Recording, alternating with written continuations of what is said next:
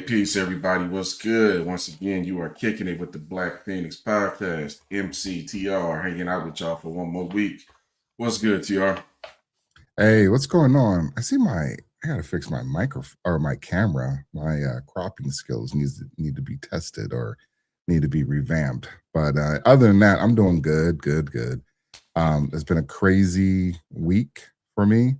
My kid had her tournament, her volleyball tournament, and they had a good showing. They didn't get number one spot, but I was a bit worried just because the tournament was going to be in Minnesota, and they've been wilding out though. So luckily, nothing crazy happened, and they weren't being interrupted because we research this stuff and we watch this stuff all the time, but we don't realize, someone close to us, or maybe we have to do a travel. We have to go in these cities for like a day or a week. You Man, just never think about that stuff. Man, speaking of which, I'm getting ready to head out to San Francisco. Oh man. A lot of people think San Francisco is sweet. San Francisco is not sweet, man. San Francisco has a huge problem with crime and carjackings and Oh, they know. breaking into people's cars right now. So that's going to be interesting to go. But I'm gonna mind my business, and I'm definitely not renting a car. So we'll see how that one goes. It's hilarious. So yeah, all right. During the Super Bowl, by the way, so crime is going to be even. Yeah. Oh yeah, I forgot. I don't know if they even cleaned up the city because they got a lot of events coming down the pipeline in the next few years, and I wasn't aware of them cleaning up the city. And we generally hear about a women of the night, people getting locked up for that just right before the Super Bowl. So I haven't heard anything about that. That's kind of interesting. Yeah. Speaking of which, do you do any gambling or parlay bets on the Super Bowl? I'm not betting on the Super Bowl this year. If anything, I would look at the over under, but yeah. I actually might do something. I haven't done anything in a while, and this is one of those games I really don't care about, so I want to make it interesting. Yeah, no doubt. I just want to see a good game. I have no vested interest in this game outside of that, and I'm definitely skipping that halftime show. I'm going to watch. Hey, we should watch the halftime show. That way we can get a night. I mean, it'll be a good conversation to have though, because people want to act like this halftime show is going to be legit. This halftime, I mean, even like who's the commissioner? What's his name again? Roger Goodell. Yeah, Roger Goodell. Raj. He talking about like this Super Bowl is going to be one of the best Super Bowls ever. And I'm like, no, it's not. That's like, because he has to say that. Yeah, I get that though, but it's like Jay-Z put y'all in a bad spot. And it's funny how a lot of those all blacky blacks, they ain't going after Jay-Z. This is like Black History Month. And you put up what's his name? Jorge? What his name? Bad Bunny? Bad Bunny. Yeah, you put him up there. And again, I don't do the pro-black thing, but from what I've seen in the past, that's what it's been about. So, if they want to go this route and have Bad Bunny up there, no one's going to understand the language or whatever he's saying. It is what it is. I'm going to be here for the jokes. I'm going to be here for the memes. Look, the conversation is going to be how many people are watching, because we've already talked about the top 10 Super Bowl performances based on viewership. So yeah, I just looked him up on IG. He's got 50 million followers. So but somebody's definitely rocking with his music and his message. Most of those are illegals. Just saying. Oh God. Hey, if they got internet and TV, that counts though. I mean, I meant to say bots. Most of those are bots. That's what I meant to say. Side note, TR, I just looked at all of my mutual IG friends that follow this guy. Mm-hmm. All liberal women. All of them. Wow. I only know him because of that Cardi song. That's it. That's the only reason I know Bad Bunny. That Cardi song. And I don't even know that Cardi song. He was, yeah, if you heard it, you would know what I'm talking about though. But there's only one song I know of Bad Bunny with, and everybody trying to act like he the best thing out there. I'm like, all right, maybe internationally, but not in the States. We'll see how those numbers look. I'm curious how those numbers come out. They're probably fuzzing to a degree though, but we'll see. Yeah, we'll see. All right, let's kick off the show. We are going to Deontay Wilder. Now, Deontay Wilder, he's going to crash out during an interview, and it's been a while since I've seen someone, especially an athlete, crash out on TV really on TV, but on YouTube. The crash outs don't really happen during interviews. They usually happen outside of interviews, like they're at a club or at a game or something. That's where the crash outs happen, though. But Wilder, I don't know what he was going on. This dude needed to sit on somebody's couch, like for being the boxer that he is. He can't be. The excuses he came up with during this interview is mind blowing to me. Yeah, Deontay. Let's see how this goes. Yeah. So enjoy. I hope this ain't y'all hero. Right now, he's in the process of healing. He's, if you understand, he's. All right, and real quick, this guy is a fighter. I think he's on his way to retire, and I've never heard of him. I don't follow boxing like that, so don't at me. But apparently, he's the underdog in this situation, and his name is Chisora. So, but FYI, I don't know if you know him, MC. Well, I follow boxing casually. I used to be hardcore back in the day, but I've seen a couple of his fights. Yep. All right. Been healing through this podcast, saying his problems, and that's cool. That's part of healing. Understand? So, April 4th, it's going to be electric and which cool at the arena, O2 Arena. So listen, the environment is a great environment. British boxing fans are fabulous. It's an interesting one for Deontay because I don't know if he's ever going to walk into an arena where he's going to have such a partisan crowd. And that's going to be an interesting experience for you because, as I said, he's a national treasure. I think he should be buried. But as a national treasure, in some people's minds, he's a valuable asset and the fans love him. I wanted to move you on to Tyson Fury.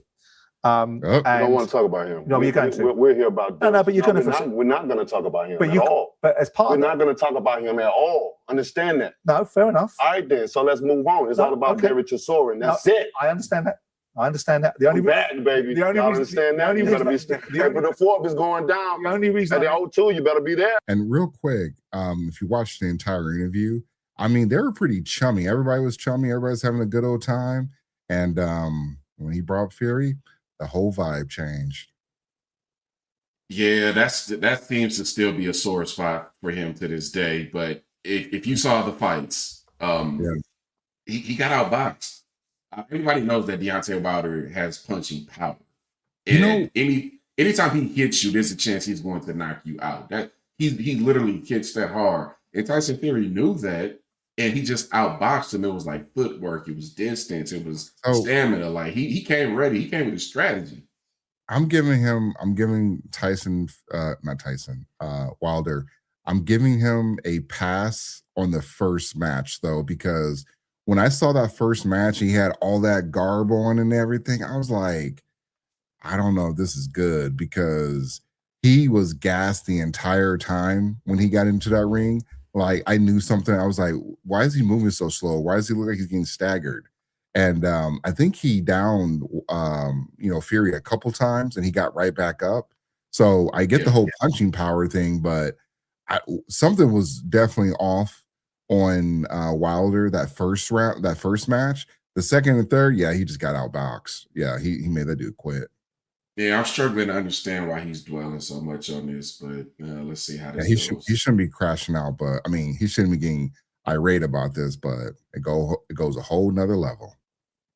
Fabulous. You'll be a square. The only reason I mentioned it is because it's part of the shtick that goes with you. And I missed you first time around when you came in here 3 years ago, when you were in your pomp 4 years ago, doing Bomb Squad and all that sort of stuff. And I've always wanted to have a conversation with you because you've made observations about Fury. I have my own views on Fury, and you've called him a cheat. And it leads me. The biggest in boxing. Yeah, but it leads me to conclude. Biggest in boxing. If somebody practicing, taking their stuff out of their gloves in training, what you think they're gonna do in the fight? Yeah, but that's all I got to say about that. So pause it real quick, TR. Hey, I want to level set for the people who are not familiar with this with this story, right? So Wilder has essentially accused, or people in Wilder's camp have essentially basically accused Tyson Fury of boxing with egg weights in his glove. Right. which if he's wearing these egg weights in his glove, there's going to be increased punching power and increased impact. That there are people in Wilder's camp who are sticking to that story now. To Wilder's credit, up until now, I haven't heard him talk about it much, but people in his camp certainly have. So that's where all this is coming from, the cheating conversation, etc. Yeah, aren't they supposed to check that though? It's hard for me to believe I mean, I know they drug test you, but aren't they supposed to like check your gloves? Well, you know what? There was a match that I saw where somebody weighted their gloves and I forget the name of that match, who was involved with that though, but they did find the gloves were weighted, but why would you fight him? Why would you fight him a third time if that was the case? Like, or I mean, maybe I don't know. I don't recall when he brought it up though. But I've heard of it. Yeah, there's supposed to be checks and balances all the way up to the fight and before as well. You talked about the drug testing, the blood testing. They're supposed to check the gloves, etc. I don't know if there was some missed due diligence here or if Wilder's just throwing out crazy accusations. Wow. We'll never know. Yeah, so interesting.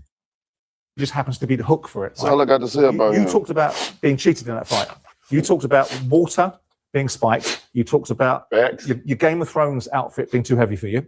I You didn't talked say that. You said it was too heavy for you. I didn't say that. Okay, well, I might be wrong on that one. You talked about the long. Y'all took a journalist that said something because y'all, everybody wanted to come in. Oh, wow, You talked about a long count, right? And then you talked about the trainers, Mark Brulan not being good enough. No, I ain't saying he wasn't good enough. So what I'm asking you in all of this is, it sounds to me, given the character that you are, that's like a little bit flaky. You lost those fights, and those fights were lost. And you saying that someone like Fury cheated you in those fights, I think is a demeanor change. Kind of disappointing to me. You can say about what you because want. I know the truth. I have the facts. Okay. Understand that. But I got the facts of it. No, fair enough. I got the proof. I got the people to tell it. And we'll look forward to seeing Understand that. We'll look forward to Understand that. What I say in boxing, I mean, and it's the truth. I risk my life for you's entertainment to see. No, absolutely. So why I ain't never lied about nothing in this business. But you can believe why is it so hard to believe a black man than a white man? Understand me? Come on, Beyonce, don't do that. Don't do that, bro. Come on, bro. Look. If you have proof that he cheated, that's fine.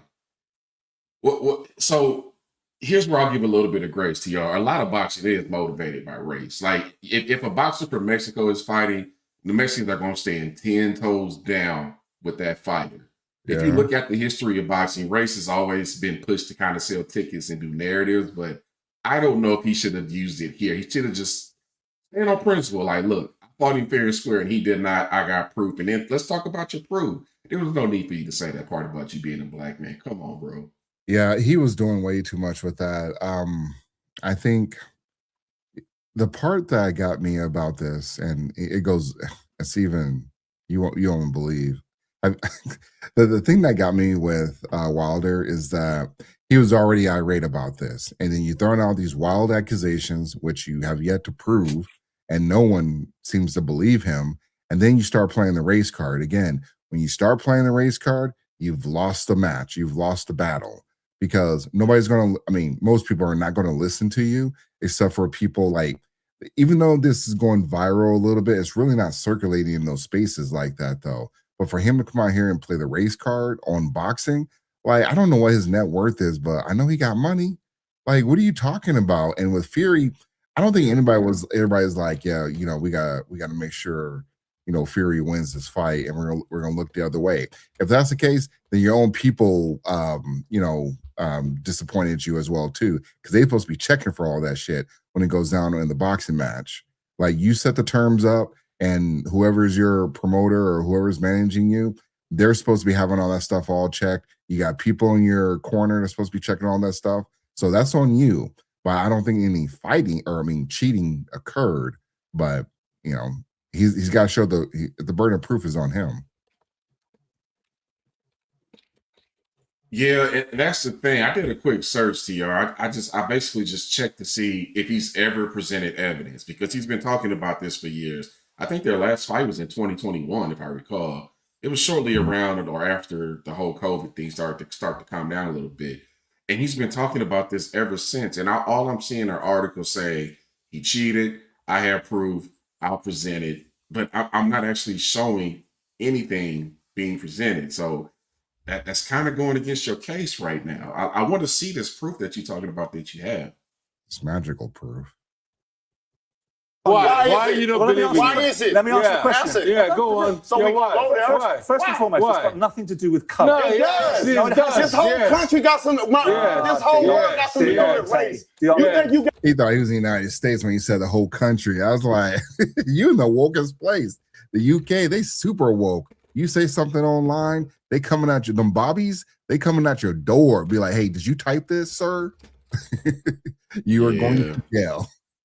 Yeah, that you definitely playing on the visiting court right now. So I don't know what you thought you were going to pull with that statement, but it ain't working. Yeah, you think you pan out? You think you have a? You think you done had a great life? You think your life has been like mine? Listen, But you got white privilege, brother. Oh, don't start. I ain't never had that. Don't start. I'm a black man with dark skin. Ain't nothing ever been given to me. I done had to kick in every opportunity that I've had. That's what it is. Y'all don't understand. Maybe y'all don't talk about this. Hold on, MC. You still hearing the echo?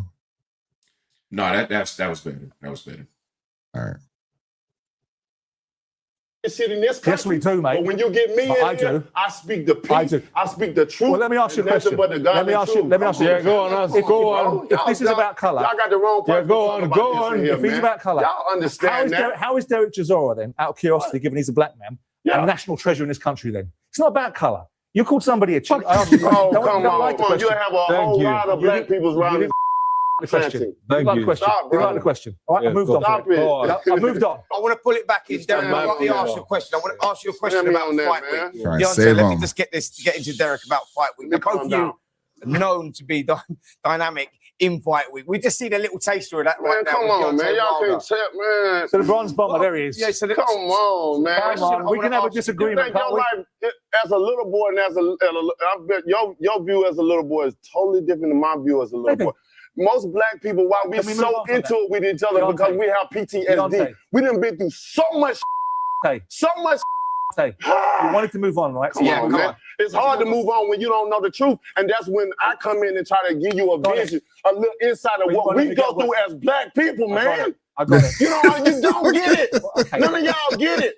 Y'all don't get it, and that's the problem. Hey, You think you get. Did you see that, MC? Yeah, I see it. Did you see it? The tissue? Yeah, I see that, and I see the other two people on the panel just kind of just sitting there like, oh, let me get my popcorn out. This is gonna be a good one. Man, that's what I see. Wilder, this is bad. This is just a bad look. I looked up his net worth. He's worth like $30 million. You better take a bath. You better go take a bath in that money. I don't care how you do it. If he's worth $30 million and he crashing out over this and trying to play the race card, I don't want to hear it. I don't want to hear you can't. There's probably some people that could probably play the race card. I mean, I'm never going to say never, but there's probably some people that can. You can't play it. You picked all those fights and you got outboxed. Would you still be saying the same thing if you had won those fights? No, he wouldn't. He wouldn't be saying nothing even remotely close. And I'm glad that the host, I'm glad he didn't buy into it. I mean, he said rubbish, but I mean, I'm glad he didn't buy into it. I'm glad he didn't like give it any air or any oxygen, because that was just a really bad take. Just it's more of a worse take than his that Fury cheated with no evidence. Here's the thing about white privilege. You don't know how it feels to be a black man, et cetera, et cetera. Nobody cares, bro. I'm sorry. We've tried, and I'm not even saying what you're saying is wrong. I'm struggling to understand how it applies here, though. Yeah. You're a multi-millionaire. You literally have your tribe. You have people that's going to rock with you no matter what, which is a lot more than most people have, regardless of race. I don't know. Maybe you know something about the box world that I don't know, but I'm struggling to put these pieces together. And I'm learning when people present their traumas, nobody cares anymore, man. That's just what it is. You can call it whatever. You can call it being heartless. You can call it cold-blooded, whatever. But I'm just telling you, nobody wants to hear that anymore. And I'm telling you this so you save yourself some heartbreak. complaining is not going to do anything for you because, quite frankly, nobody is going to listen to it. Especially if you're a man, ain't nobody listening to you. Even more so when you're a man. Get what you don't understand. Okay. Why is it so hard? Y'all act, man, Right. man, let me I'm gonna get up out this bitch. This is a little chaser of what we're gonna get. Both of you guys are big characters. I don't know how much his chain is that he got on him, but it's hard. It's very difficult to play the race card when you got like a $500,000 chain on your neck. Just saying. And by the way, the third fight in the trilogy TR, Wilder got it was a 60-40 split. And he got yes, it was a 60-40 split and with the minimum guarantee of 20 mil for that fight. See. So you're gonna make it real hard to bring white privilege and racism into the conversation. I thought it was just about people being cheaters and people being honorable. That's a more digestible conversation to me. You think? Right? I mean, I don't even have to ask this guy because I've just got a little taster of that. But come on, man. Both of you guys are big in the fight week. Let's pull it back into the fight. Let's talk about the fight. It's hard to put it back. I'm from the South. You understand? Come on, let's pull it back into the fight. It's hard when y'all don't understand. I get it. Another situation. I said I didn't want to talk about the situation. Now you got me riled up. Fair enough. Wilder's back. I feel shit. You understand me? Got it. You don't mean that, man. Okay, stop let me get the out of here. Look at this guy. I'm out of here. He's a grown man. Talking about my people and all that shit. It's hard to believe a black man than a white man. The cheated. Tell him to sue me so I can show the facts early. Yeah, get the because security. when the documentary and everything that start come out, I'm gonna show the facts now. Don't wait till the lawsuit. You think I'm a all the people that's in the inside, he got people that the inside of him. I don't what? I don't about that. I'm not a fury. I don't about it. I said we didn't want to bring him up in the first place. It ain't got shit to do with him. Fair enough. Hey, I'll tell you this much. The security guards, they were worried that day. They were Anybody worried. should be. That's probably the hardest hitting boxer right now. No question. They were worried that day. They was like, man, if this go wrong, we gonna have to do something. Here's the thing though, TR. Wilder's got to realize where he's at. You're in the United Kingdom right now. You're trying to slander Tyson Fury. They love him over there. He's the Gypsy King over there. They rock with him heavy over there. So you weren't going to win a debate where you're slandering one of the champions of that country. I don't know if it was even a debate. He just brought him up to. I mean, was it underhanded? Yes, I'll agree. But you shouldn't be crashing out like this. It's not to the point where you got to get up and leave. First of all, you play the race card and then you leave and you're crying on the way out. Just leave. If you don't like, hey, we didn't discuss this. Get us back on track, or I'm just going to end the interview. That's what he should have did. To be fair, he said from the jump, I don't want to talk about this. It sounds like he told him before the interview even started that he didn't want to talk about Tyson Fury, and they brought it up anyway. I would have just got up and left. Like, all right, I told you I don't want to talk about that. You're being disingenuous. I'm gone. I'm not about to sit here and argue with you. I'm not about to crash out. I told you what my parameters are. You disrespected them. This conversation is over. It's done. Yeah. The you talking about? Yeah, man. You, man. I'm out too. What happened there wasn't right. He told you don't bring it up, but you come on. It's on schedule. I had to ask a question. What about Fury? Everyone else can ask him. Rick Reno asks him. Why can't I ask him? Derek, sit down. Come on. You ain't I'll wait for you for half an hour. Don't be a dickhead. Come on. We wanted to see the bronze bomber. All right. Well, that's the end of that conversation. So, before we transition, let me ask you this: do you remember when Mike Tyson did that interview and they brought up his past? Oh yeah, I thought he was about to punch that dude. That dude was a bitch for doing that. What's the difference between that and what we just saw then? Because that was a subject Mike clearly didn't want to talk about, and it sounds like they knew that, and he brought it up anyway. It was underhanded too. They both are bitches for bringing that up. If you well, here's the thing. I think Wilder discussed that at the beginning of the or before they did the interview. What that one guy did to Tyson, I think he just landed it on him. And I will say, generally, when somebody's been charged and they were sent to prison for SA, they don't usually become a folk hero, later in life. They, people usually hold that against them. And Tyson's he's done the work. He's repaired his image, And no one ever really brings it up, but that guy just brought it up though, just to shit on Tyson. I was like, man, you're lucky Tyson didn't just lay you out right there, because I mean, he just got in the ring a year ago. So and this was like maybe 5 or 7 years ago when that interview took place. Man, if we can find it, I'll play it real quick. Yeah, I'm sticking to the proof. That's if you say you got proof, you kind of got to show it. Now, then he kind of mentioned he wants to wait until he's sued to show it. That's not a good look, man. I want to see this proof you're talking about. I want to see if he really outboxed you, if he had some type of advantage that we didn't know about. Yeah, I agree too. I think it's the first thing that came up. Here, let me get this playing. All right. We'll recap that. Let's take a step back in time real quick. Show people what we're talking about. Yeah, that's a very good point though, because I forgot about that though. But like I said, I get it. Sometimes these journalists are going to say things and do things, stuff that's not supposed to be, you discuss, and they still do it. Yeah, it is disrespectful, but you should have left. And same thing with Tyson. I don't think Tyson left in his interview.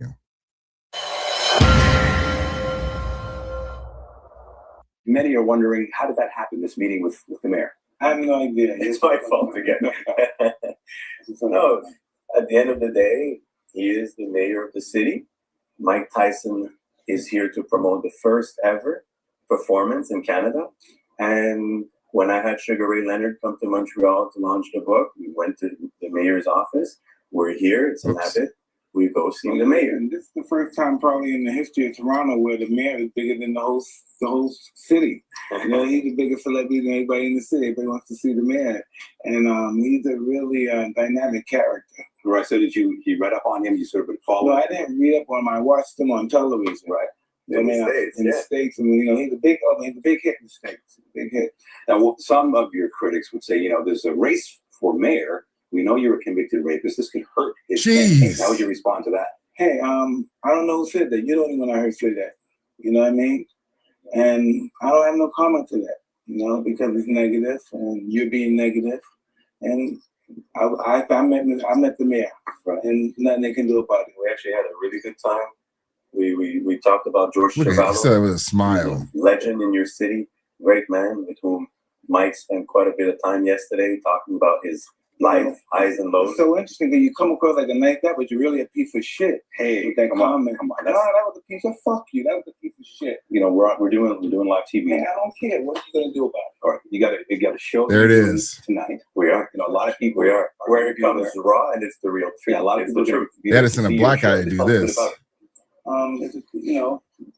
It speaks for itself. Everyone saw the show. All right. It's a Broadway production. It went to Vegas. It went to actually 28 cities in the United States. And we're really, really proud to bring it here. And we're actually going to Monaco on October 9th. We're going to be in Monte Carlo. Right. Is it nerve-wracking for you to do something like this, or is it more nervous for you to box? How does it compare? I don't know. It's more nerve-wracking for me to hear us talking to a rat piece of shit like you. Come on, Mike.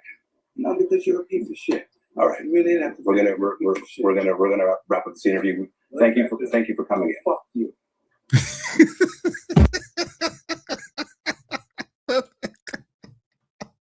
This is a classic example of a reporter that did not do his homework. No, he did his homework. The producers told him to say that.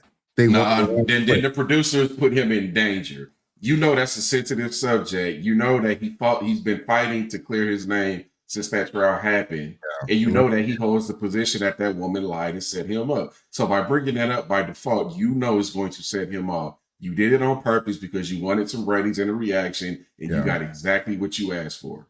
Yeah, no, it was definitely deserved. Try to carry the interview, try to smile in his face. And I get it. This is what maybe it's not ideal to respond like this, because maybe Tyson once probably would say like, hey, I wish I handled that a little bit differently. But a lot of these reporters, they try to do, we see it all the time with Trump. They try to do these sneak attacks, and with Trump, at least they're always negative all the way through. So he kind of expects it. But with Tyson, what happened with Wilder? Yeah, I understand it. Why of all people, why would you mess with the boxer? And Tyson was a little bit slimmer at that time. This was 11 years ago. Yeah. So It's crazy, and it was on live TV. I'm glad he did that too. I bet you want to do that shit again. They want these viral moments to kind of. They rely on viral moments to add to their credibility as a reporter. It's very Don Lemonish to me, in my humble opinion. Oh yeah, yeah, you're 100% right. So, all right, let me get the whoops. I'm gonna get the next one queued up though.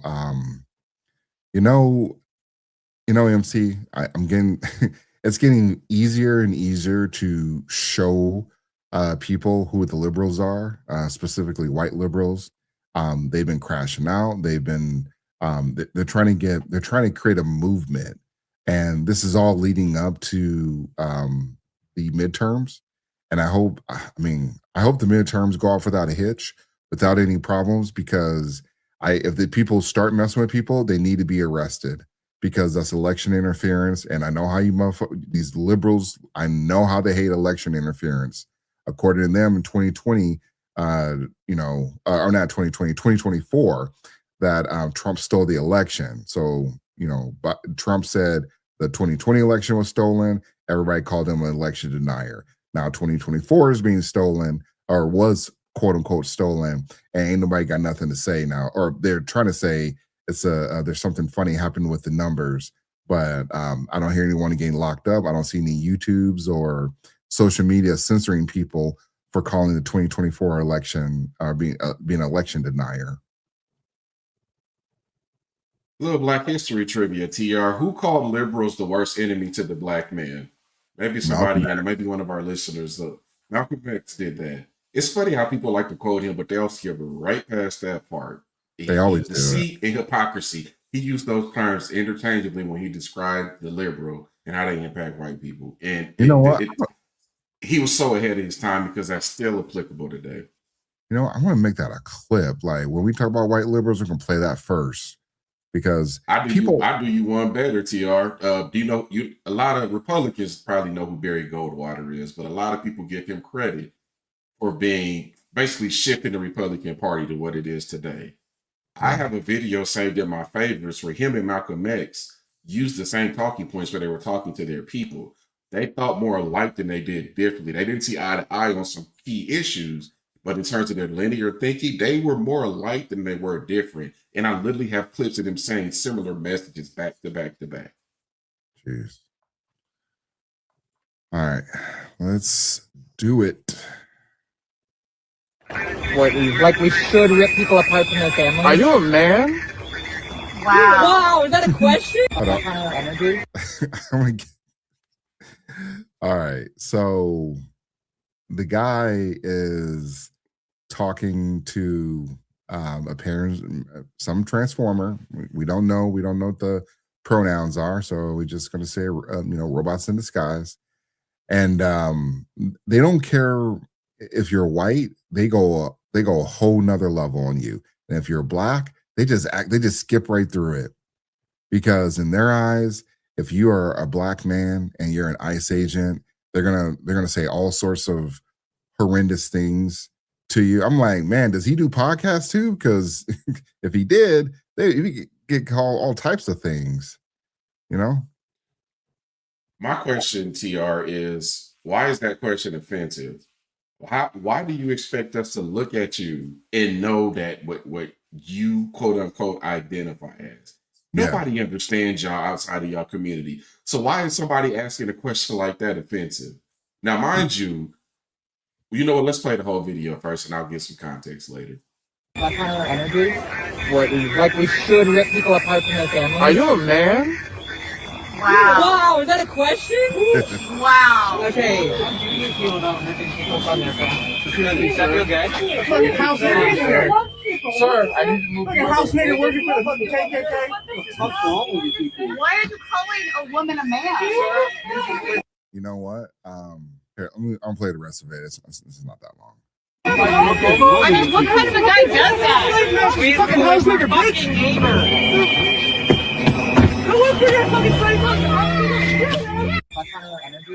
Look at just throwing stuff. I'm gonna go right here. Yeah, right here. Fucking house nigga working for the fucking KKK. Now, you know, when I saw the video, it did sound like initially it was the trans person, but I think it was definitely a guy. Maybe that guy.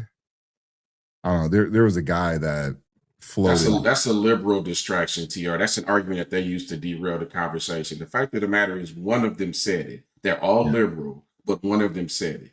Yeah. And this is what they do. This is what they do. They make you feel like you're a victim, and if you don't go along with what they're trying to do, they insult you. This is a typical liberal playbook tactic. They tell you that equality means lowering test score standards. You know why they tell you that? Because they think we're too stupid to reach those goals ourselves. They tell you that you need special privileges and consideration for a job because they don't think you're smart enough or have enough work ethic to get it out the mud like everybody else. They are clowning you. They are laughing at you. And when you don't go along with what they want you to do, they insult you. The last time we talked about Ice TR, we had that he said he was a 52-year-old liberal living in Arkansas. And he said he was a white dude. And he proceeded to tell two black people hosted the podcast what being black means in the United States.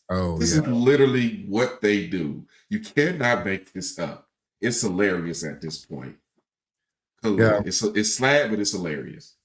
We're in the timeline where I understand that it was a black person or someone that was brown skinned dude. I don't know if that was. I mean, he said that hard R a little too cleanly, in my opinion. But it was a black guy that said it, and unfortunately, he said it around like mixed company. Like, I don't know about you, MC, but I don't usually say certain things around mixed company though, because I don't want to have that conversation. I'm like, I'm not even going to talk to y'all about this or say certain mannerisms around other people though, because it turns into a whole conversation, a different type of conversation, and then it makes people uncomfortable as well too. Just sometimes I don't like to swear around certain people as well too, especially my mom. But when it comes to like, you know, him using that word, that phrase, and he's using it around white people, first of all, they got up in arms when he asked him if that guy was a man. But when the guy uses a racial slur towards a black man, crickets, nothing. They don't say anything because they're okay with either using, you know what, matter of fact, I got one more video show with this, and it's from Black Conservative. This video should be going viral, but it's not going viral, but it's dealing with how these white liberals, how they like to interact with black people, how they like to use black people to do all the dirty work. And it's 100% obvious that they're doing this, but for some reason, people just got these blinders on for a lot of these white liberals, though, because they operate in chaos, and they blur the lines between, well, I'm not really being racist, and he's a conservative, so I can kind of get away with saying racist types of things. This is why I can't get on board with being a liberal ever again, or being a Democrat, really. But this is why I can't get on board being in the same boat with a lot of these people. Like, I don't rock with any of you people. Go work. Go do a job. Go shave your pits. Like, these people do not believe in a razor, and they don't believe in like they're being racist either. Like, that is a problem. The majority of them got like cats, or they're fucking incels. Hey, so did you ever used to watch Atlanta, Donald Glover's show on FX? Yeah, I didn't see the whole season though, or the whole series. I saw a couple. The season when they were in Europe, I want to say it was season 2 or season 3. There was an episode where, real quick summary, 2 black dudes in Europe with a white dude. They're going around Europe doing things, right? So one of the dude's cell phones one of the black dudes, his cell phone went missing. And the white dude is just charging him up like, dude, somebody stole your phone. We need to go in there. We need to turn up. We need to wreck shop. We need to do something about this. Get him revved up, right? The end of the episode, it was the white dude the whole time. The white liberal dude, by the way. The whole time who stole his phone. It was intentionally trying to get him riled up. Do you remember when the whole George Floyd thing happened way back when, right? And then we later found out that there were activists who were paid to go in there and get people to crash out and destroy property. Paid activists. We're not even asking who paid them. We're not even exploring it. This is what they do, y'all. And I'm telling you, especially if you're black, I need you to understand something. Take a step back and ask yourself, why do they expect us to be the first ones on the front lines to confront the police or to lay our lives down for a cause that ultimately doesn't benefit us? Why do they keep asking us to do this? I really think you should take a step back and ask yourself that. It's because they view you as nothing but tools and toys. That's the answer. Fodder. They need you to crash out so they can profit off of your death. This is the same thing that BLM was doing. They needed black men to crash out and die or have confrontations with the police so they can profit off their deaths. They didn't do anything for those families. None of those families. I mean, those families had lawsuits that were brought up, and the taxpayers had to pay those lawsuits. But the BLM made a ton of money. They never gave any of that money to the families. They never did anything with it. And the same thing with a lot of these white liberals. They need people to crash out. They need black men to crash out. Well, they need men to crash out, and then they need black men specifically to crash out, though, because that brings in more clicks. Because that Pretty dude, yeah, he crashed out, but that ain't bringing in the clicks like they thought it would be, like they thought they would get. So, but that's all I'm saying. Just use your head, man. Just realize you're being played. These are the same people that have destroyed our family. Let's deep dive. Well, we don't have time to deep dive this, but I'm here to tell you that everything that's destroying families in this country right now probably came from liberalism. Yeah. I know in the black community it certainly has, but that's becoming a Western problem now. It's not just us anymore. Yeah. So this is, I forget if this is a city council meeting or some type of council meeting, but yep, it goes off the rails. Yeah, I was traveling north on Biscayne Boulevard. I saw a CPB officer in a parking lot. Now he's giving an account of a story of when he was a kid. Okay, so he's a grown ass man giving the account of a conversation that was told to him or he heard as a kid, and you saw at least 2 black people in this room, right, MC? Yeah. The car pulled over. Okay, now he tells a long and drawn-out, boring story about how he found out the officer had pulled these guys over because of the tags on their car, and somehow this is an outrage. Let's skip ahead to the end of this part. That's what a CPB officer pulled over somebody in Miami-Dade County for, and then as an excuse to detain them.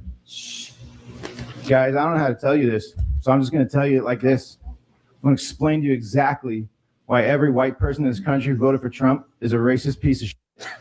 I'm going to tell you that right now. How do you wink at a nigger? How do you wink at a nigger? Oh my God, please stop. All right, motherfucker. I learned that from a 10-year-old son of a police detective. MC, this is a liberal. This is, he, out of his mouth, he's talking about Trump supporters. And here he is using the hard R in mass with black people. Look, you can't even put your hands on a black woman in public, but you can say racial slurs in front of a black woman. Is that what we're doing now? This is why I can't get. This is why I can't rock with pro blacks though. They pick and choose. They want when they want to be a pro black.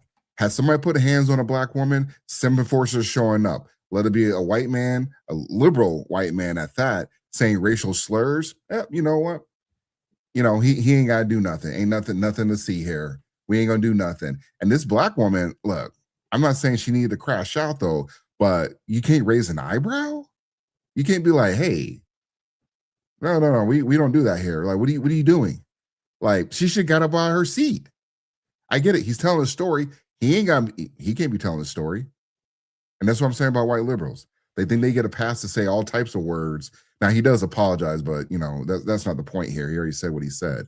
But and that just happened. I don't know what town that was, but let me see if I can find it. Probably Minneapolis, if I had to guess. Seems like it. El Portal council member. I don't know what El Portal is. I don't know if he meant that. But hey, shout out to Black Conservative because he be putting in notes. Miami. California.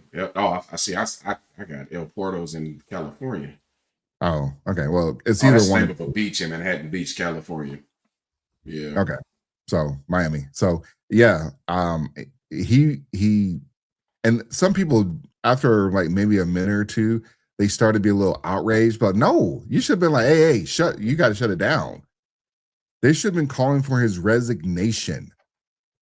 And I don't know if he resigned, but again, this is what white liberals think they can do. They think they can say all types of slurs if you're a black man who's a conservative. And this is what I've been saying about, when it comes to the pro-blacks, though. These white liberals, they're not on your side.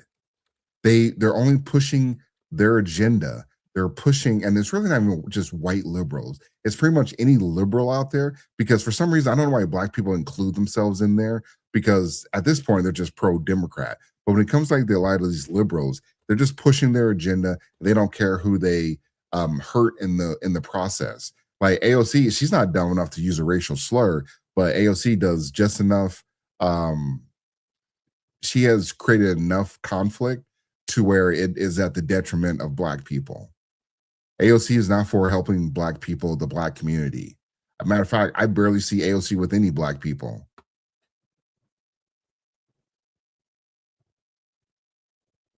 MC. Photo ops. That's about it. And at some point, yeah. Go ahead. Yeah, I'm not going to talk about AOC right now, but I'll make a recommendation. There's a show on YouTube called Middle Ground. And there's another one called The Dr. Daff Show. They both had debates. The Dr. Daff Show one is white conservative women versus black conservative women. And I'll tell you this, TR, it's the same playbook every time. They try to sit and lecture black people on what being black means and why they should follow them and their ideologies. It's the same thing every single time. And nobody talks about how we've been doing that for years and there's no results that came from it. No results at all. The black family is on life support. There's been no economic progress. There's been no changes in terms of crime. Like, what are you waiting for? Like, why are you still just so all in with these people? They make you feel good once every 4 years. Like, why? What are you getting out of this? They're not getting anything out of it, though. They just want to be part of the in crowd. And I've said this before, if you want to create your own party, this is the best time to do it. Because right now, the black vote isn't as strong as it used to be in the last several elections. So now you need to start making people work for your vote if they want to be a difference maker when it comes to the voting. Because you're being outnumbered by Latino votes, and then also, or people just ain't showing up at the polls. We saw a lot of people not show up in the 2024 election. We saw a ton of people show up in 2020, but not in 2024. I think that's a little suspicious, but it is what it is. So you have a lot of people that they're complaining, or you have a lot of liberals that are going above and beyond, doing reckless shit, and they want black people to get involved with that. And I don't even understand why black people are like, no, you're doing this dumb shit. That has nothing to do with us. We ain't going out there. So for the most part, they are not out there marching or doing that ICE protest bullshit. But I did, like I said, we saw that black guy there. I'm like, that's one of the first black people I've seen go out there. And then we had the people rush that church. You know, those are all black people that went to that church and thinking that, I mean, you would never let white people or that were conservatives rush a black church. It would never happen. It just wouldn't happen. It'd be a brawl. But for whatever reason, going into a white church, hey, you know, we don't have to worry about violence here. But I don't know what they thought they were going to do, or they thought journalism was going to save them. But people, I want to say they should fight back though. But you got to get these people recorded, and hopefully you can press charges on them as well too. I'll end on this. The reason why I'm so skeptical and critical of the liberals right now, they are trying to send you to a war that you're not prepared for and that doesn't make sense. Killer Mike talked about this all the time. You don't own any guns. You don't know how to farm in your own land. You don't know how to collect your own water, and you don't fish. So, and I'm telling you right now, if you're a liberal, you do not have more firearms than conservatives do. I promise you, you don't. I promise you, you don't. I'm very active speaking with both sides, and I know this as a fact. So all of that combined, if you have any problems with the police, this is not how you deal with that.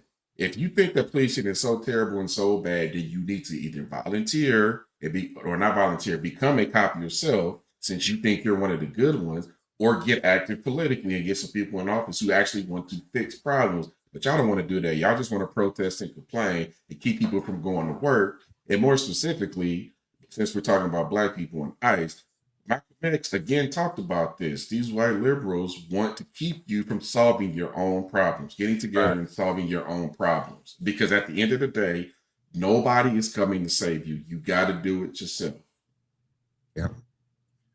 All right. We are going to get to the main event. We got multiple videos ready for the Epstein show. Now, MC, there's been a lot of discussions about the Epstein files. I'm at the point where, just hearing from some of this stuff, I'm like, I'm a little shocked. I'm not shocked, but ain't nobody gone to jail yet. All the files are out there. Ain't nobody gone to jail yet. I don't hear Hollywood asking for the files or asking for more clarity on the files. Nobody, none of them. I mean, I hear a bunch of people, and on both sides, like, liberals and conservatives. And it's like, what's the point in the files if you guys are not going to do anything with the files? Full disclosure before we progress in this conversation, everything that comes out of our mouths, I pulled from vault.fbi.gov. They released everything that they had on these files. Still heavily redacted, by the way, but we were able to pull some information off of there. So everything I say going forward on this subject is coming from there. But just know this is your source right here. If you want to go and check for yourself, feel free to do so. Every name that I mentioned and every accusation that may or may not be out there is in one of these files right here. It's a lot of files. Yep. So, oh, hey, MC, before we dive into this, do you want to cover the Nikki? I know I just realized I just skipped the topic. Yeah, we can come back to that, and we can jump into Nikki real quick. All right. I mean, do you want to just cover this now, and then we'll come back to Nikki? Yeah, let's cover this, because I have a feeling we'll go along with this. If there's time, we'll circle back and take care of Nikki. All right, gang. All right. So let me get this video ready, and then we're going to have a discussion. Gates is one of the many powerful figures who show up in the Epstein files, and both he and his ex-wife Melinda are responding about some disturbing emails about him that have come to light. Take a look. Whatever questions remain there of what I can't even begin to know all of it, those questions are for those people and for even my ex-husband. They Look how need the she's answer to this. acting. It's not me. I left my marriage. Smiling. I had to leave my marriage. I wanted to leave my marriage. I had to leave I felt I needed to eventually leave the foundation. So it's just sad. I was only at dinners. I never went to the island. I never met any women. And so, the more that comes out, the more clear it'll be that although the time was a mistake, it had nothing to do with that kind of behavior. I know nothing. I did nothing. Well, Melinda said that Bill needs to answer to questions about these allegations. As we keep saying, they all need to answer about these allegations. And do you think his denials in the interview are enough? No, I mean, people can read what the Department of Justice itself released in terms of the Epstein files and Bill Gates. It's written right in the emails, and I do think that he needs to answer to it. It's just the way they led into this, they are being very cordial about Bill Gates. And one thing is, if Melinda Gates, if she threw him under the bus, and she's trying to distance herself from it, which I'm gonna have a whole nother conversation about that. But I'll wait for that until we play the whole video. Bill Gates, Bill Gates is a big donator for the Democratic Party. So is Melinda. These are two big donators, and they're like, "Oh, you just need to answer for it. You need to answer for it." But with Trump, it's like accusation after accusation. His name comes up. This is what he was accused of. This is what someone said he did. Blah blah blah. But with Bill Gates, he just needs to answer for it. We need to have a conversation. Mere bag of shells. Same with the Clintons. They just need to talk about it. They just need to have they just need to have an answer for it. Like, this is crazy how they're treating these two big Democratic donors. And then if it's Trump or anyone else, Remember old boy that got ousted? He's in Florida. Oh man, Matt Gates. There we go.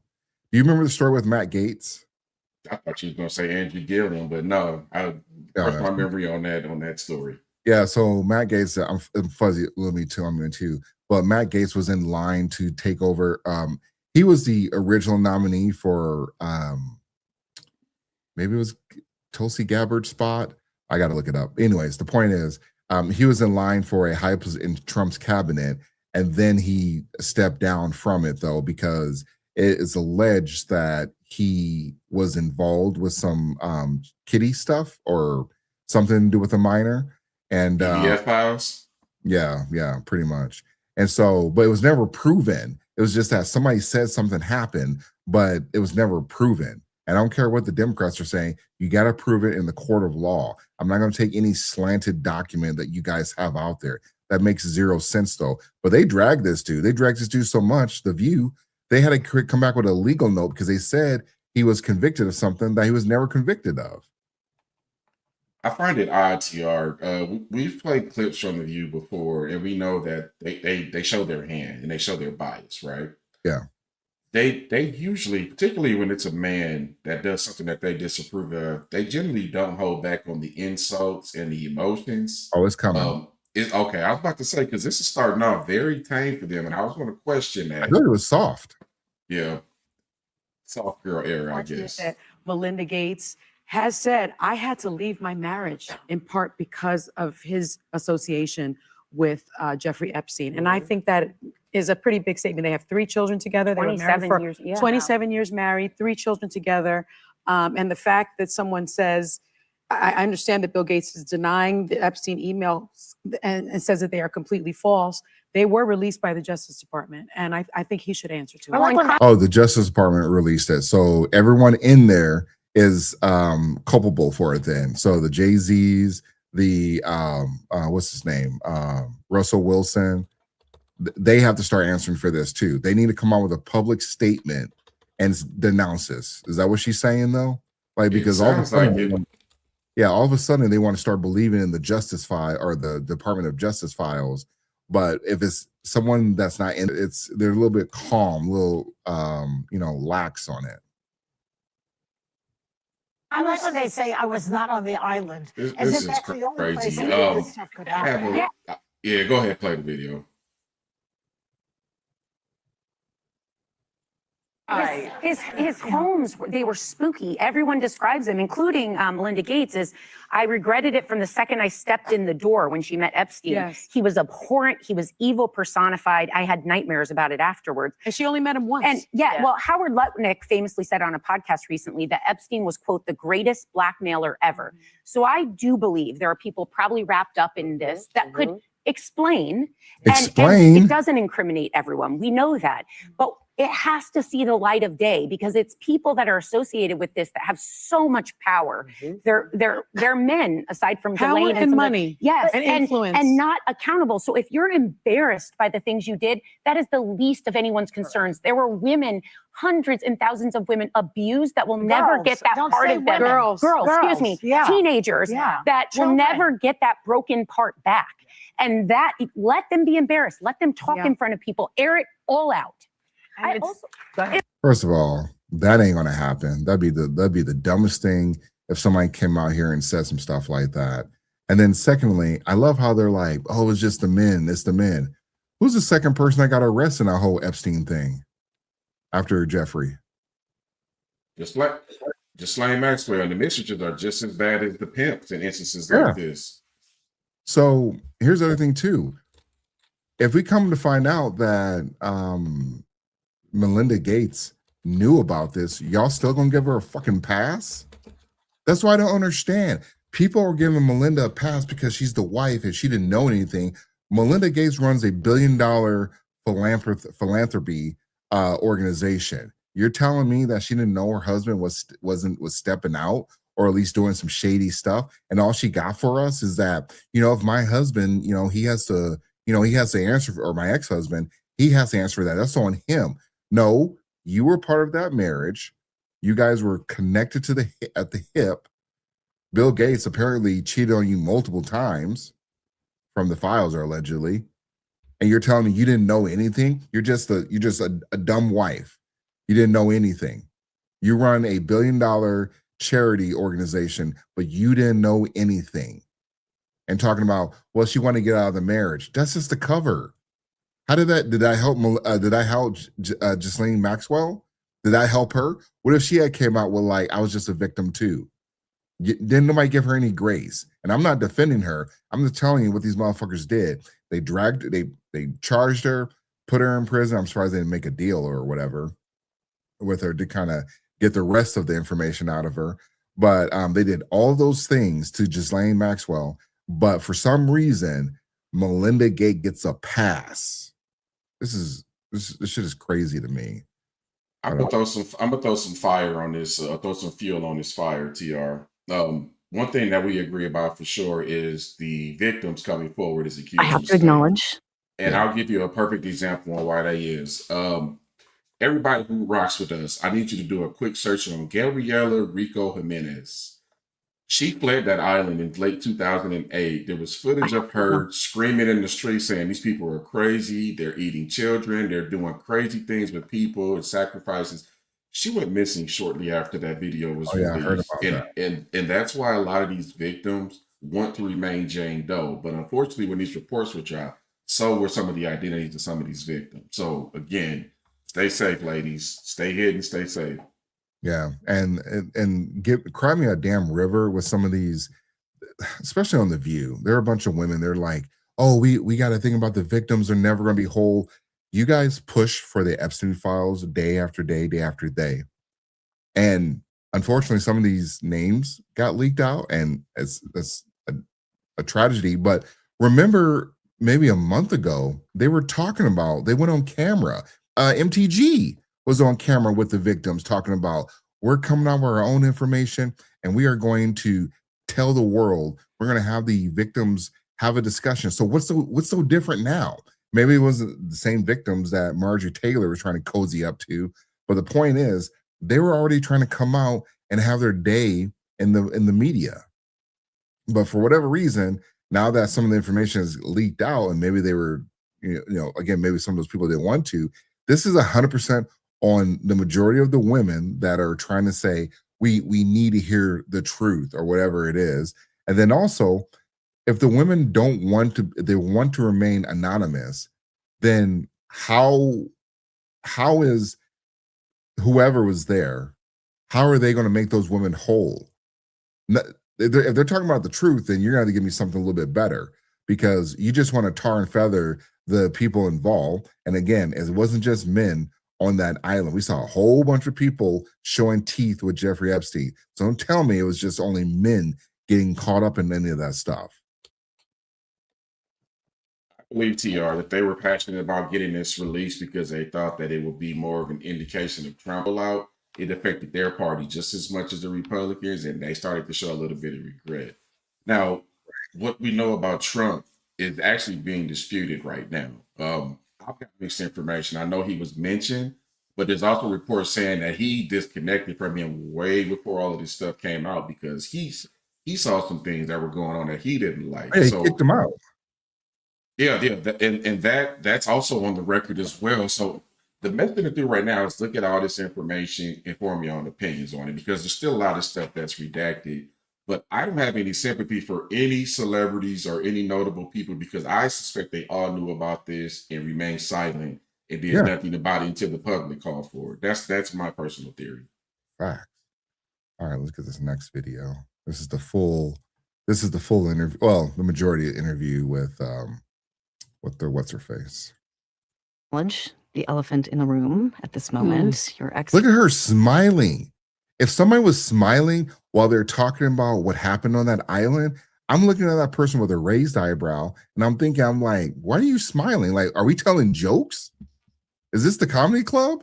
Again, and she does a smiling a lot. And if you know your women, certain types of women do this all the time when they're trying to avoid questions or when they're trying to not get themselves caught up because they know people are starting to look in their direction.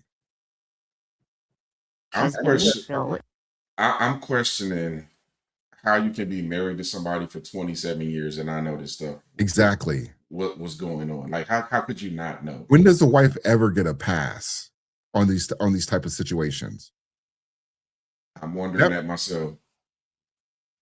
Is named in the newest tranche of Epstein files. And there are Talk about a soft ass interview. alleged details about his past behavior.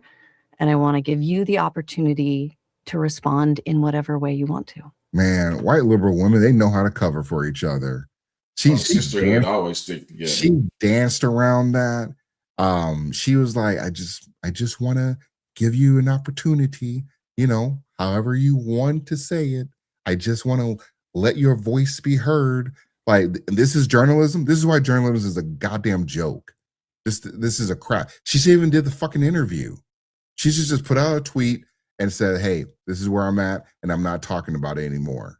This makes her look more guilty, but people are not putting that on her. And I don't know why Melinda Gates is getting a goddamn pass, because had this been, I'm trying to think of someone they would remember. Bernie Madoff. He stole all that money.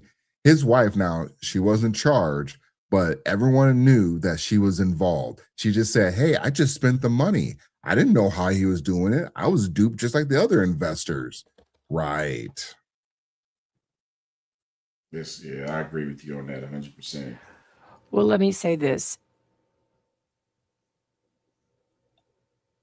I think we're having a reckoning as a society, right? What do they have to do with us? No girl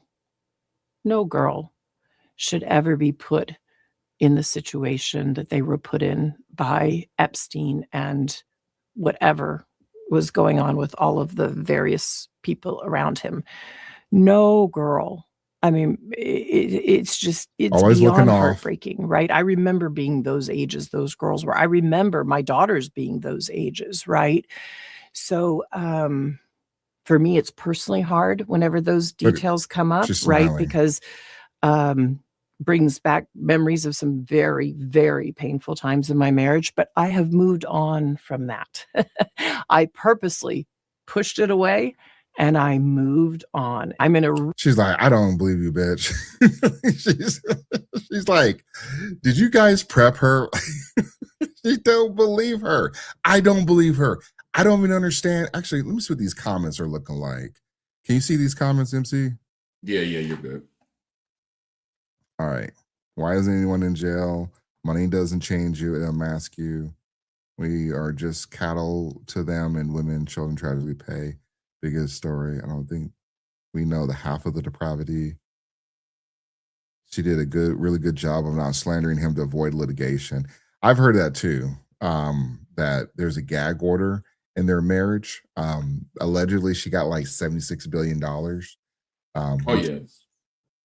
You know, if whoever the lawyer is, he definitely earned his money that day. Again, there's not a lot of people putting Melinda Gates on there. Now, I don't know if you've been following. Actually, before I continue, do you want to jump in here, MC? Yeah, I'm still stuck on this, man. I don't think she's completely innocent. I don't think. Oh, no, I'm not. I'm good. You can't hear me? Hold on, man. I'll come right back. All right. I think MC is having technical difficulties. So we are going to wait just a little bit. All right. Well, MC dropped down. My thing with Melinda Gates is that since she's left her marriage and she's spun off her own charity organization, Melinda Gates has been look like MC is back. You there? Yep, I'm back. All right. You were about to cook? I was just saying, I'm not letting her off the hook yet. I suspect, like many of these women who are trying to distance themselves, these women celebrities trying to distance themselves, that they either knew and did nothing or they were actively involved in some of this, which to me still makes you guilty. So she's probably doing damage control. You mentioned she took the settlement in a divorce. She probably signed an NDA with that. So she's not going to be able to reveal too much, but I don't believe she's completely innocent either. I don't. Hey, Well, honestly, what she should have done, she said, "Look, I'd love to say more, but due to legal protections or legal roadblocks in my divorce decree, I cannot say anything. That has to be lifted." And then that puts pressure back on Bill Gates, though. So if she wanted to say something, then she could have said something. I mean, when has that ever stopped a woman from saying something? Fuck, we just saw what's her face with the Diddy trials. She got a what's her name again? MC. You talking about Cassie? Cassie got a settlement. She was talking out of pocket. She got a settlement, and then she came back to court, and then they lifted the gag order, the NDA on her testimony. When has that ever stopped a woman from, especially if they got if the United States ones get involved? When has that ever stopped a woman from talking? The NDAs don't really mean anything for the most part. You have to have just as much to lose in most cases. And Cassie didn't really have a lot to lose, but we'll see if those lawsuits, see how they pan out in a year from now. I wonder, didn't Stormy Daniels break an NDA too when Stormy she Daniels started talking? Yeah, we had two high-profile people that broke NDAs to go after whoever's in the crosshairs of the person that they're breaking the NDA for. The United States will make it happen. The Justice Department, they'll make it happen. So let me get the rest of this video. Really unexpected, beautiful place in my life.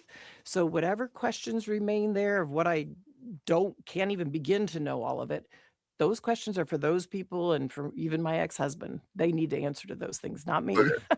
Does anybody believe And I am this? so happy Closing to be eyes, away looking from away. all the muck that was there. The muck. She called the pedo island muck. The women that were abused muck. The teenagers.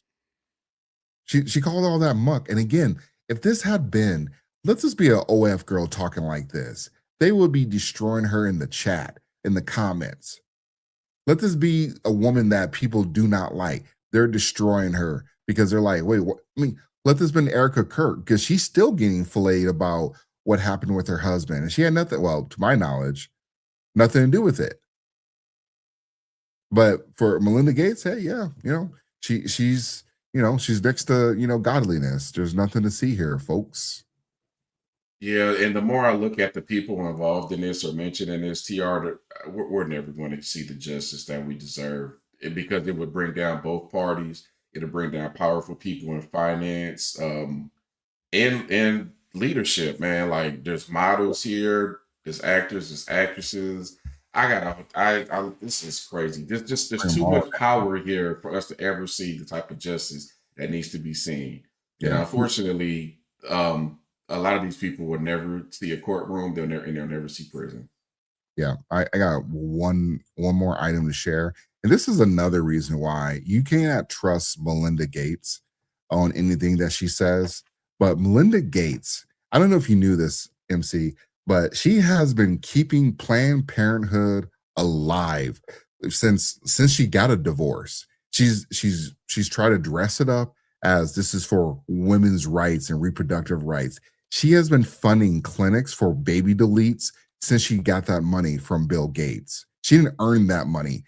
That was a payoff for her silence, and she's still silent. She ain't trying to give up that money, and she still wants to delete you motherfuckers because you guys aren't smart enough to realize that Melinda Gates doesn't care about you. She's a prodigal, or she's a disciple of Mark Sanger. This is spending $1 billion on women causes, including baby deletes. Come on. And this is the woman that you guys believe. This is what I don't understand. The Black community leads the country, or at least in our demographics. We lead in the women lead in baby deletes.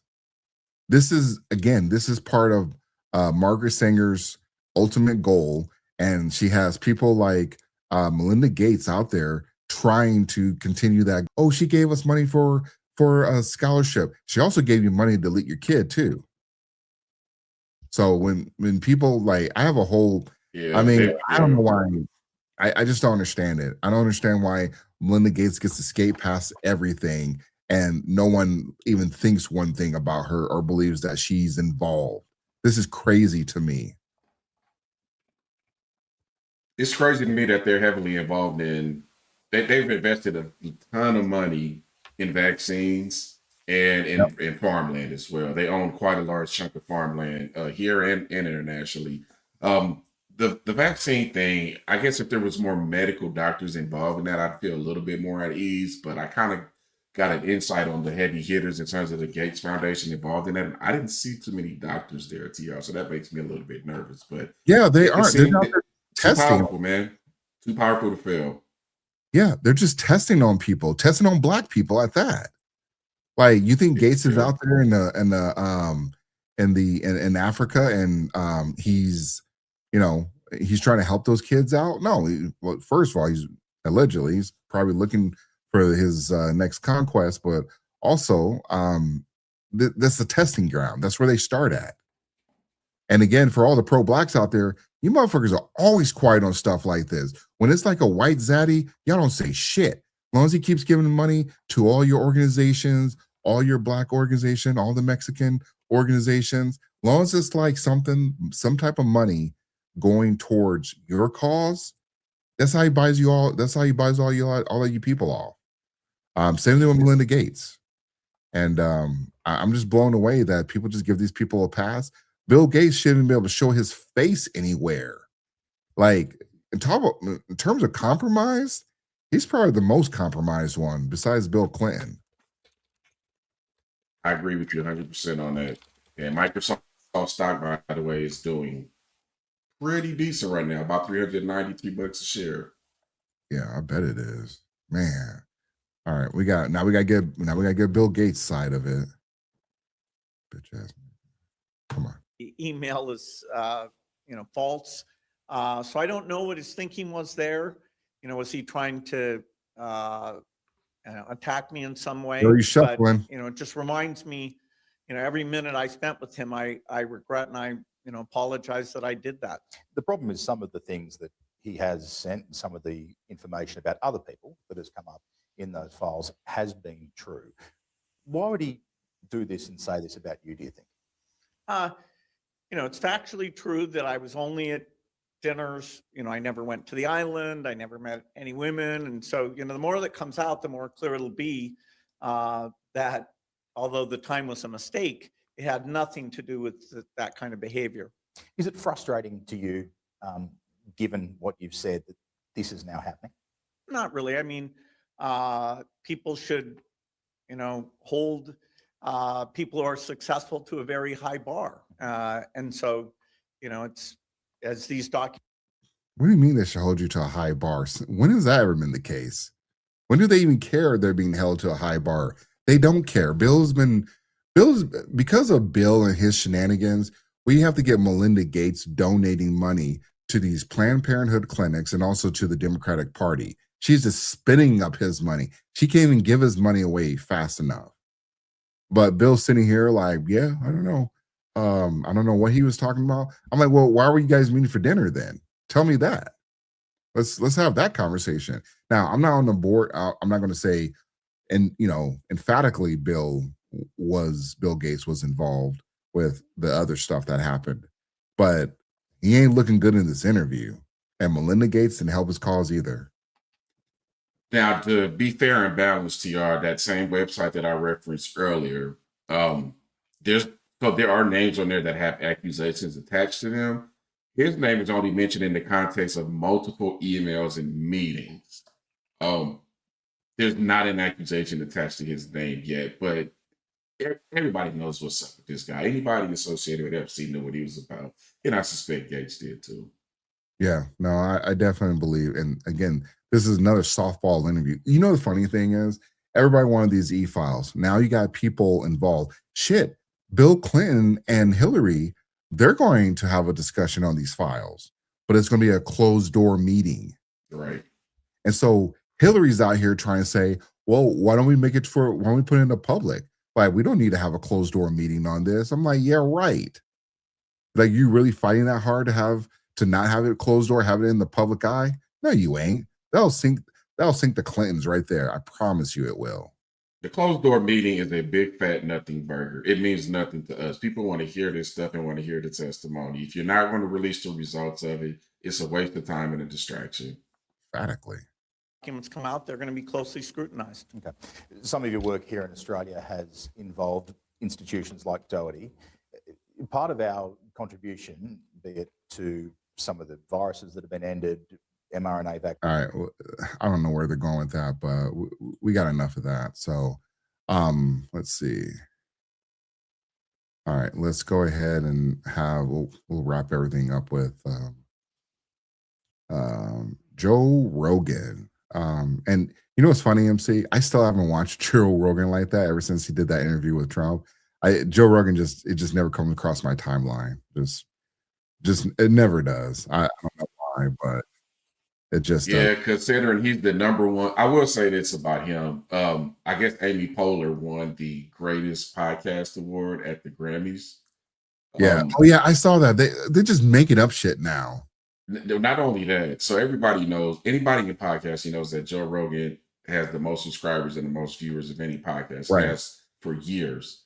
So someone asked him why does he think he didn't win the Grammy for that? He said, first of all, they tried to charge me $500 to even submit to be mentioned in the category. He's like, I'm not paying that. So it just kind of shows you how there's money and a little bit of politics involved behind the scenes. It's not truly based on outputs and your work ethic. It's kind of based on how much you're willing to pay and what networks you have, basically. Yeah. It's 100% that. It's the money that gets involved with that. So, all right, we are going to watch a video. And this content creator, he does numbers on YouTube. I don't follow him, but it's a faceless channel. It's called Too Lazy to Try. And he does provide commentary though, but this is all the editing he does. And this guy has like over 490 views in one day, MC. Man, he getting it though. Oh man. All right. We're gonna listen to him talk about this. Illicit desire to want underage. Oh wait, hold on. That changed the banner. I did not. Whoops. Sorry, folks. I used the banner so I know where to edit. We all cannot be too lazy to try. All right, new banner incoming. There we go. Age people. Well, how do you even find out that someone's into that? Well, I don't think that the majority or anything close to it of the women were technically. I think it was largely very young, barely legal, so to speak. But and I know that there were cases of underage, but I think most of it was just very, very young, but not like 20-year-old not girls, like 13 18-year-old girls. type thing. And then remember, because this is an international enterprise, and many of the clients are like in countries that don't necessarily have the same norms about that that we do. You can very easily see someone getting involved in that just because girls juice deals.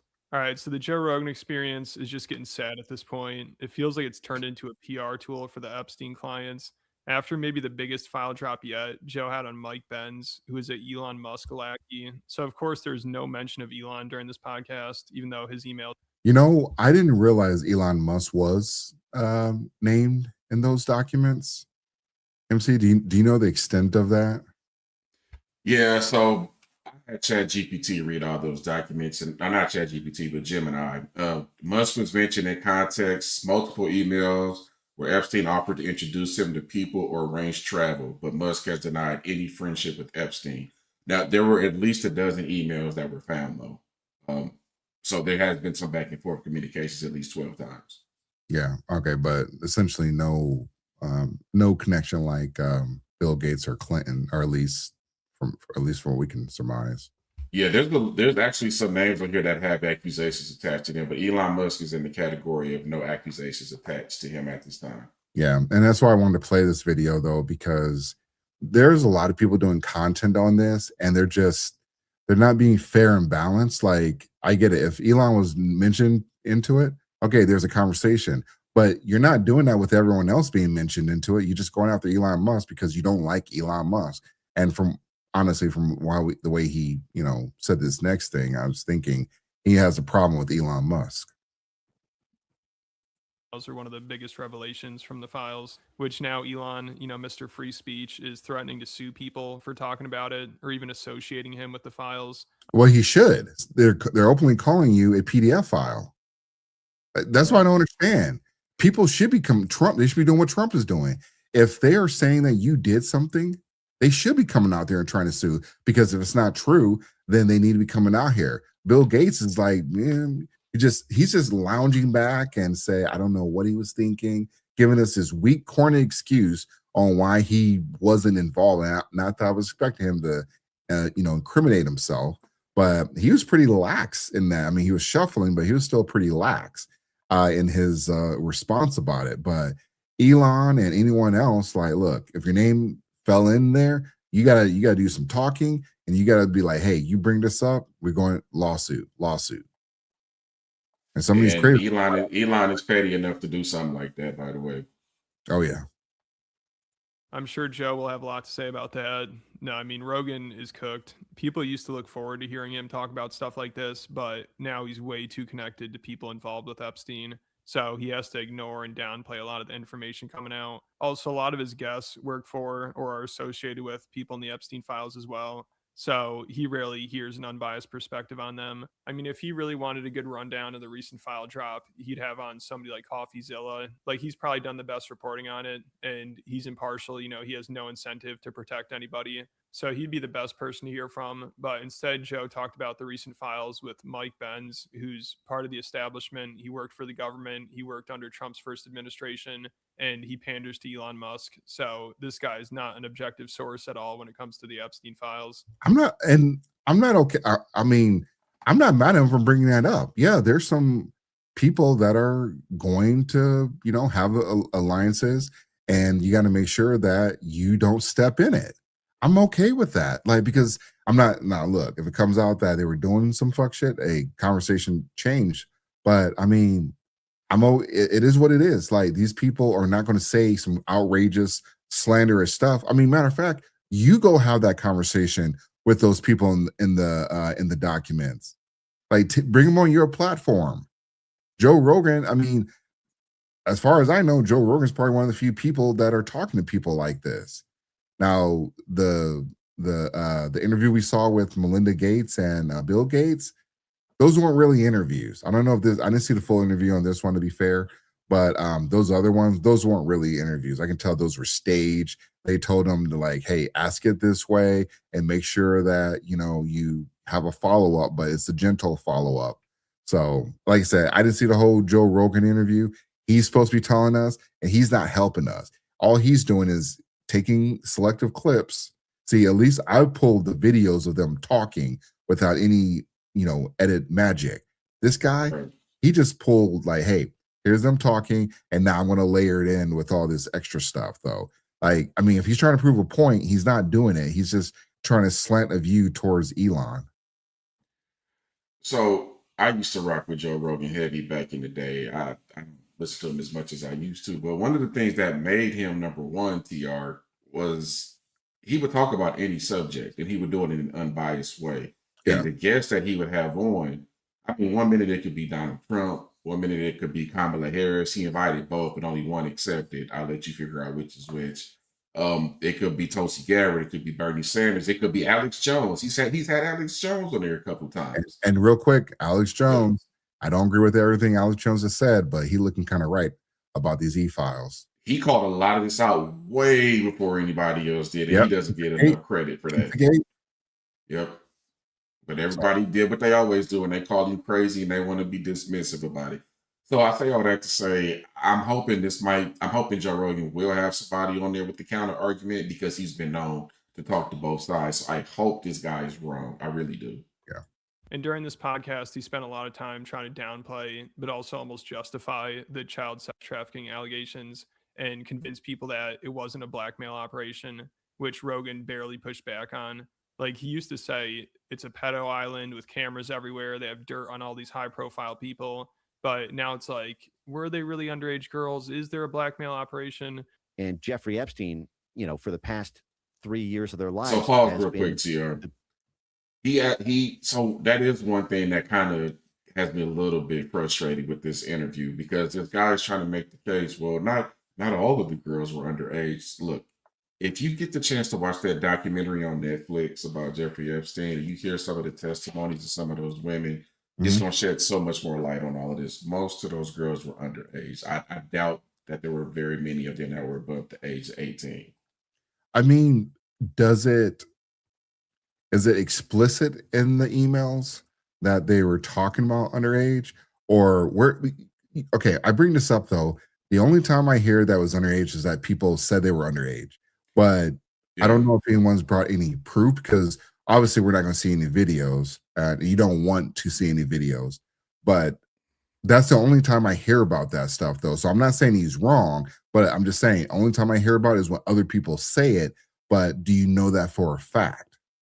So no, we don't, and here's why. So based on my research, TR, a lot of the language in these emails were coded.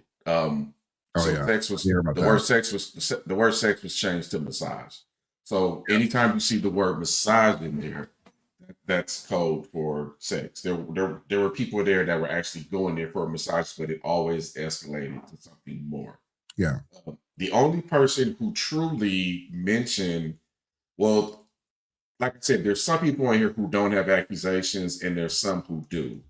There is a former president, let's just put it that way, who has been on record for saying that he likes them young, but that doesn't imply underage. It could imply many things, but this is Epstein we're talking about. So I'll let y'all figure out which president it is. I'll give you a hint. It's the ones that are about to go testify privately to Congress behind closed doors. Hey, the first black president, apparently. Yeah.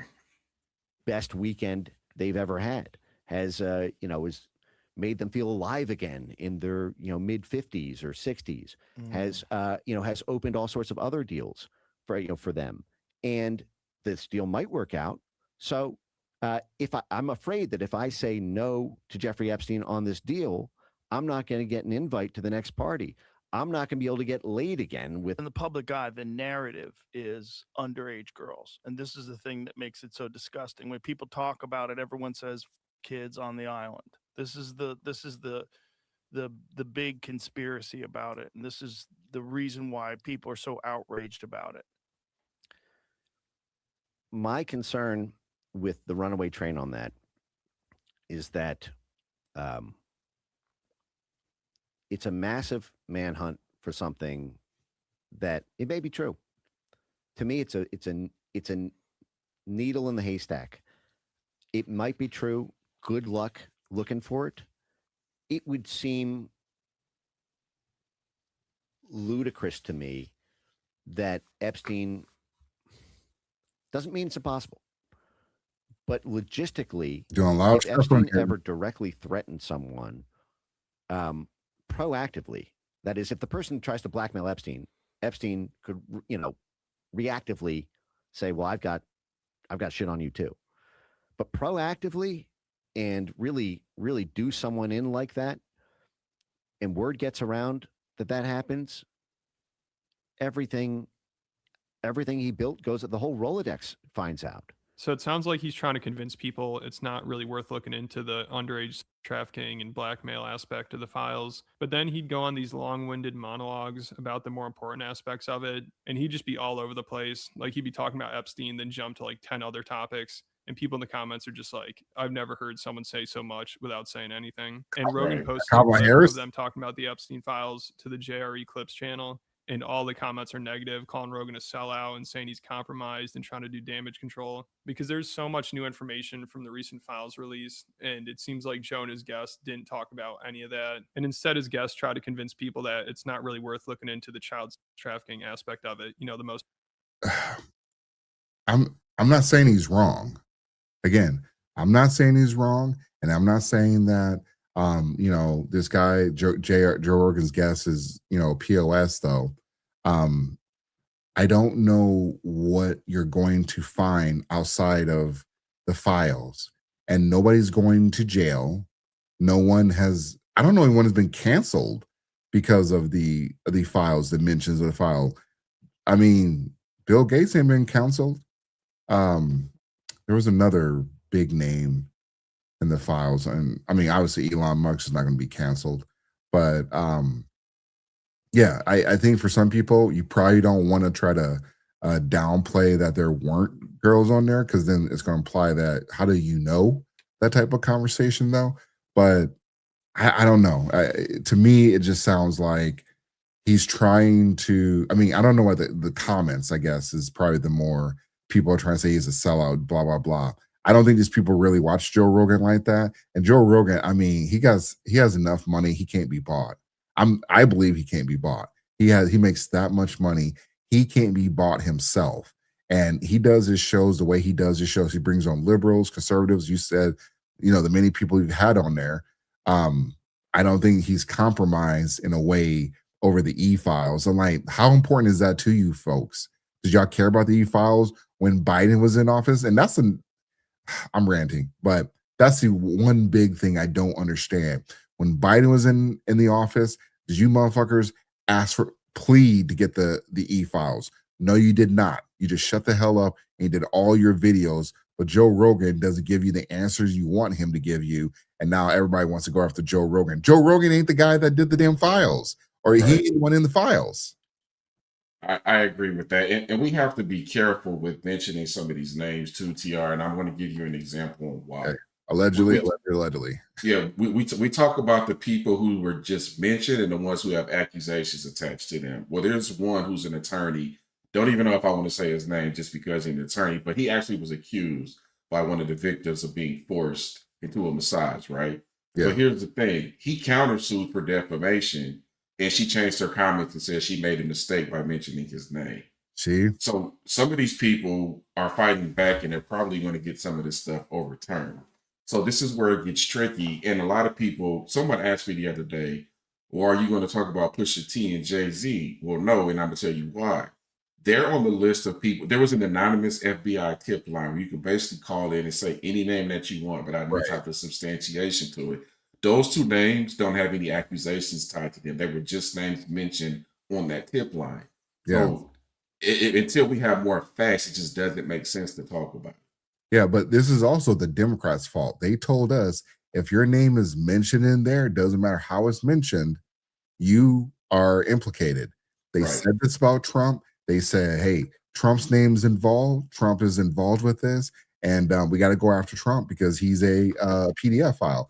Turns out Trump's not mentioned the way that people want him to be mentioned. And I don't see anyone backpedaling. I don't see anyone saying, hey, we got this one wrong. And that's why Trump is suing you motherfuckers. Because you want to run off out the mouth. You want to say all types of crazy accusations. Most of the people haven't even looked at the files, or at least gone through it to the depth that you've looked into the files. So that's why I don't understand. And we can't even get remotely, really into the files because of all the demonic stuff that was said in the files. So I don't know. We know these people are. You know these people are going to counter. So I mean, you can ask the View and you can ask ABC if you need proof of that. I'm pretty sure Trump took some dubs on lawsuits with them. Yep. Most heinous part of the files isn't worth looking into. So we used to hear Epstein had compromising tapes and pictures on all these high-profile people. His whole house was rigged with cameras. But now Rogan's guest is trying to convince us that there was none of that, because word would get out. He tries to say if Epstein told someone he has dirt on them, they'd go running and tell their wife, which just sounds ridiculous. If Epstein told someone he had a video of them molesting a kid, I don't know if they'd want to go tell someone about that, especially their wife. Also, he's like, nobody's even ever claimed they've been blackmailed by Epstein. But again, why the hell would you admit that? Why would you want to tell anybody? We're gonna stop right there. So might have to do a part 2 to this. But that also is true. I've never heard anyone saying they were blackmailed by Epstein either. Yeah, there's been a couple of accusations of that in here. Like I said, as more documents become available and more things become confirmed, there's probably going to be a part 2 to this. But right now, there's just so much that everybody has to sort through and make sense of. So we'll try to keep it as honest as possible. Let's close with this. between Bill Gates and Melinda Gates, who looks worse in this situation? Like, in your opinion, not the blind, rosy covered glasses media. Who looks worse in this situation? Well, Bill looks worse, but I'm just saying it's not going to be much better for Melinda. But Bill looks worse. Absolutely, he does. I agree. I mean, I would say Bill does look bad on this, but I think Melinda, I think she knows more than what she's trying to tell us, because she's working extra hard to distance herself from Bill Gates. And she mentioned it when on the divorce, but when they got the divorce, and then all of a sudden you start mentioning it again, and they're like, hey, look at what I said back in 2012 or whatever, and that's my answer. I don't want to talk about this anymore. This is disgusting. Yeah. It really should disgust her, I would say. But all right. Well, like I said, we'll probably pick this up next week, or actually I think you're out, MC. So we'll find another time to talk about this. So final words, MC? Yeah, this world is run by a bunch of PDF files. We all knew it, and we're going to start to see more evidence of that very, very soon. Yeah, it's a kind of a tragic thing, and yeah, that's all I got. All right, good night, everyone. Peace.